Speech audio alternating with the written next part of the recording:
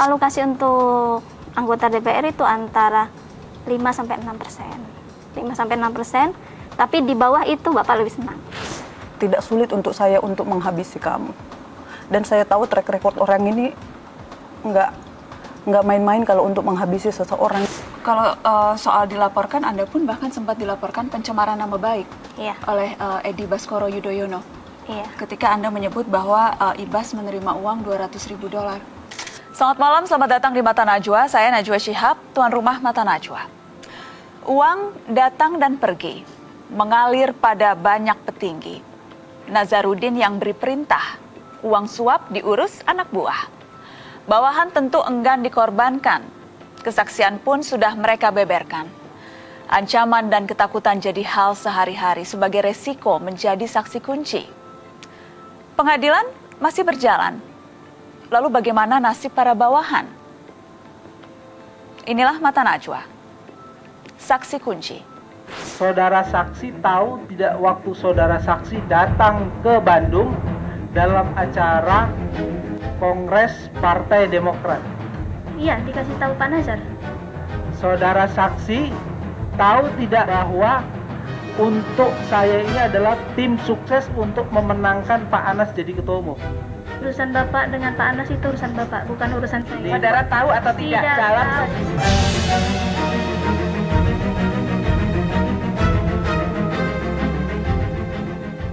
Tahun demi tahun berlalu, kehidupan seorang perempuan yang pernah menjadi orang kepercayaan Muhammad Nazarudin semakin tak menentu. Hanya mencatat laporan keuangan, akhirnya terjebak di tengah prahara perang bintang. Telah hadir mantan Wakil Direktur Keuangan Permai Group, Yulianis. Kami samarkan wajahnya untuk melindungi identitasnya. Selamat malam, Mbak Yulianis. Malam. Terima kasih sudah bersedia datang dan bercerita untuk Mata Najwa. Sama-sama. Kondisi Anda sekarang bagaimana? Ibu rumah tangga sih. Full ibu rumah tangga ibu biasa? Rumah tangga.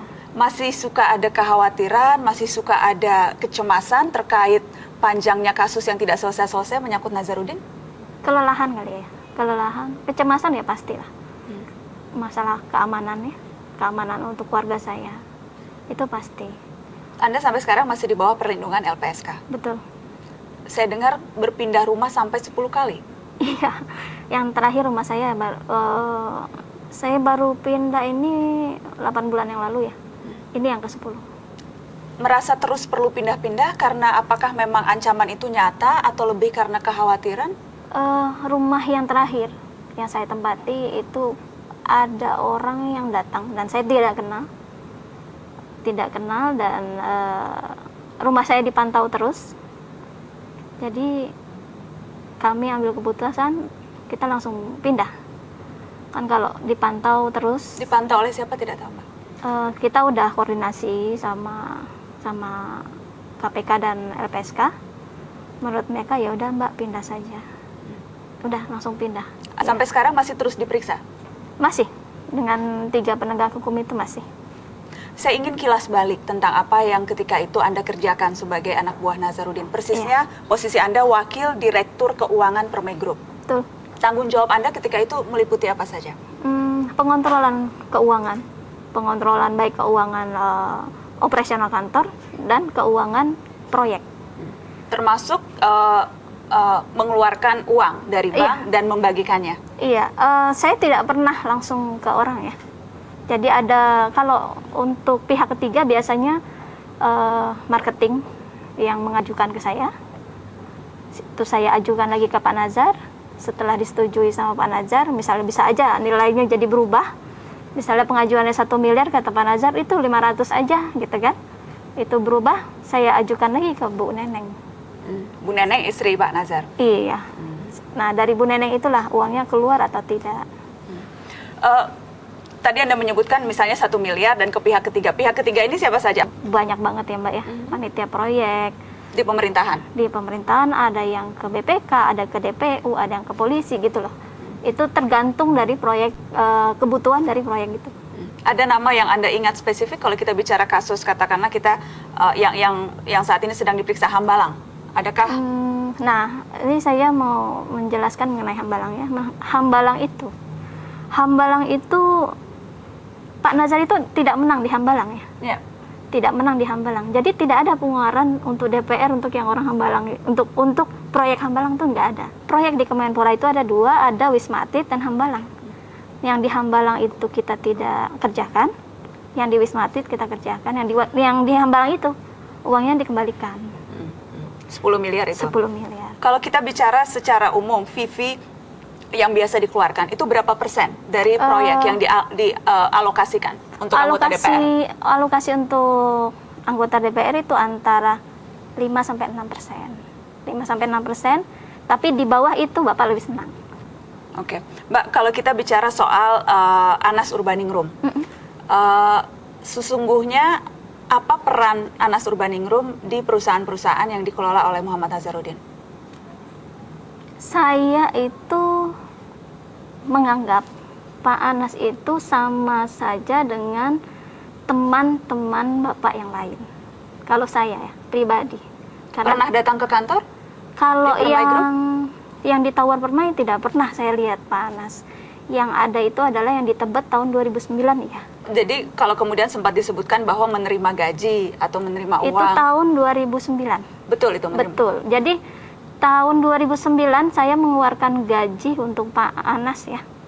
Itu Januari, Februari, Maret, April. April itu kan pemilu ya. Nah April itu Pak Anas bilang saya sudah tidak usah digaji karena mau pemilu, mungkin beliau sudah tidak mau terima gaji. Ketika itu digajinya sebagai apa?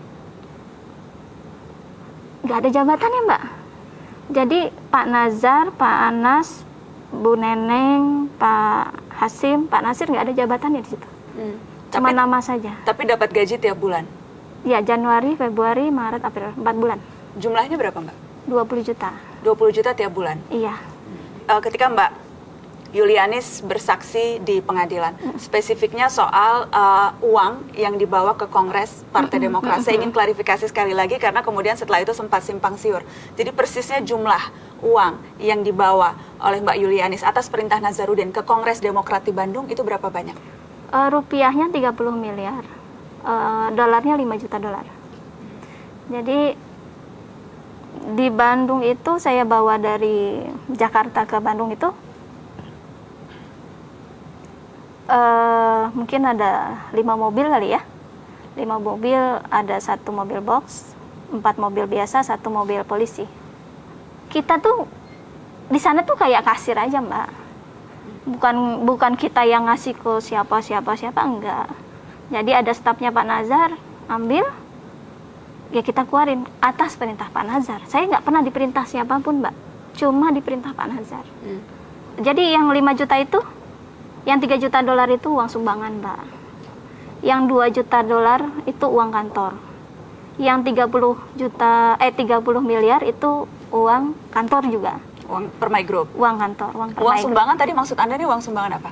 Uang sumbangan itu adalah, saya nggak tahu ya sumbangan itu dari mana-mana. Nggak ngerti saya uang itu sumbangannya itu dari mana-mana. Karena setiap dikasih sama supirnya Pak Nazarudin, Aan, dan ajudannya Pak Nazarudin, Iwan, itu saya mencatatnya hanya berdasarkan, oh tas coklat, tas biru. Jadi mereka tidak pernah ngasih tahu nama ke saya. Anda kan yang memegang kendali atas semua pengelolaan keuangan Permai Group Holding Muhammad Nazarudin. Dari perkiraan Anda ada berapa jumlah total aset kekayaan Nazarudin? Pun masuk takkan luput dari catatan. Tapi Yulianis sadar ada yang tak beres dalam cara bosnya menjalankan bisnis. Ia ingin keluar namun malah mendapat ancaman. Ia jadi kambing hitam juga sempat hendak dibungkam. Kini perempuan itu memilih menutup identitas dengan mengenakan cadar. Keterangan Yulianis menjadi penting karena ialah yang memegang laporan keuangan mendetil, proyek Wisma Atlet, PLTS, Kemendiknas, hingga gelontaran uang untuk Kongres Partai Demokrat, semua diingatnya. Berbasis data, Yulianis tak takut menunjuk nama. Meski berbuah laporan ke polisi, salah satunya dari Edi Baskoro, putra bungsu Presiden RI. Kita lihat apakah yang terjadi saat ini. Nazarudin kembali melontarkan berbagai pernyataan. Nazarudin mengatakan bagi-bagi uang tentang proyek IKTP, proyek Merpati, proyek Mahkamah Agung, ada 60 proyek fiktif nilainya 2 triliun, pembangunan gedung MK, diklat MK, pembangunan gedung pajak, semuanya dibagi-bagi fee-nya.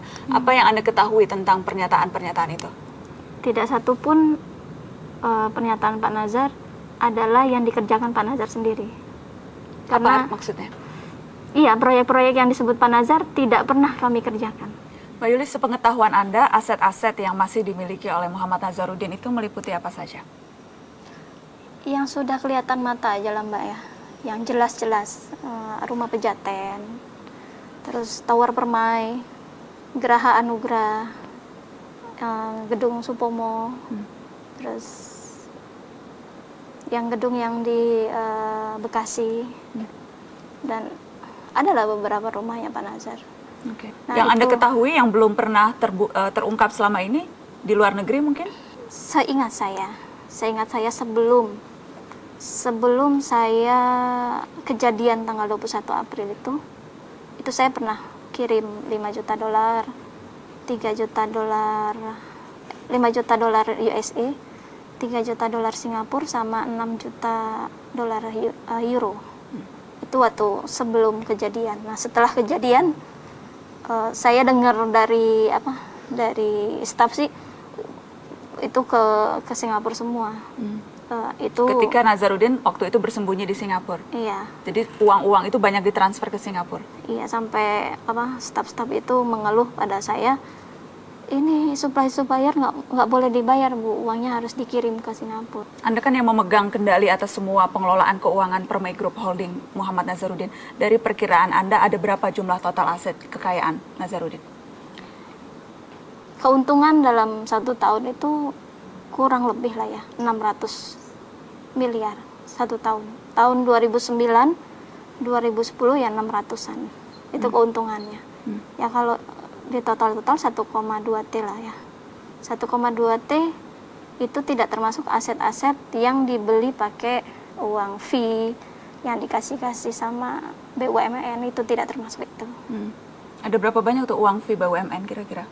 Tahun 2009 sekitar 300-an miliar. Tahun 2010 sekitar segitu juga. Fee dari BUMN. Itu jadi artinya BUMN yang mendapatkan proyek.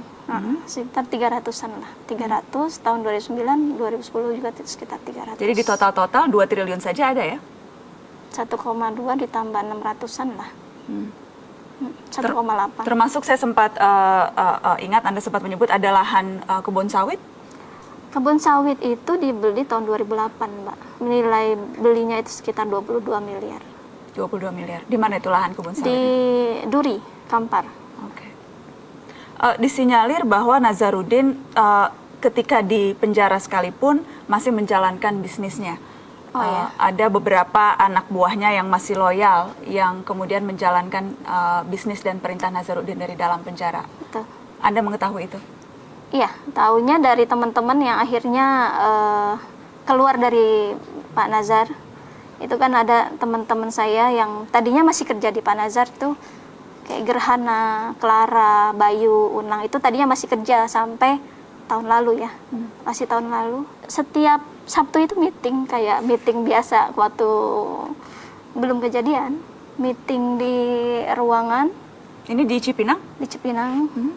Meeting ya, seperti meeting seperti lalu yang gebrak-gebrak meja, itu sama seperti meeting yang lalu. Mereka ceritanya begitu. Mereka dari jam 10 sampai jam 5 sore. Itu apa yang dibicarakan? Proyek tertentu? Proyek. Jadi masih main proyek dari dalam penjara. Proyek apa tuh Mbak yang disebutkan? PT-PT yang baru ya, PT-PT yang bukan yang kemarin. Tapi polanya masih pola yang sama dengan membagikan fee ke lembaga, ke dewan dan ke pemerintahan. Sama aja. Masih sama. Sama aja. Sampai ada staf yang menginap atau bahkan stay seharian di dalam penjara untuk membantu mengelola perusahaan? Waktu itu kejadiannya bukan di Cipinang kalau yang itu. Itu yang katanya staf ada yang sempat nginep di penjara juga tuh katanya. Karena laptopnya Bapak rusak. Di mana? Waktu di Mako katanya. Waktu di Mako. Mako Brimob? Iya dulu. Karakter Nazarudin yang Anda kenal itu seperti apa? Pinter sih Pak. Pinter. Plus nekat. Nekat? Pinter plus nekat lah kalau aku bilang. Tidak sulit untuk saya untuk menghabisi kamu. Dan saya tahu track record orang ini nggak main-main kalau untuk menghabisi seseorang.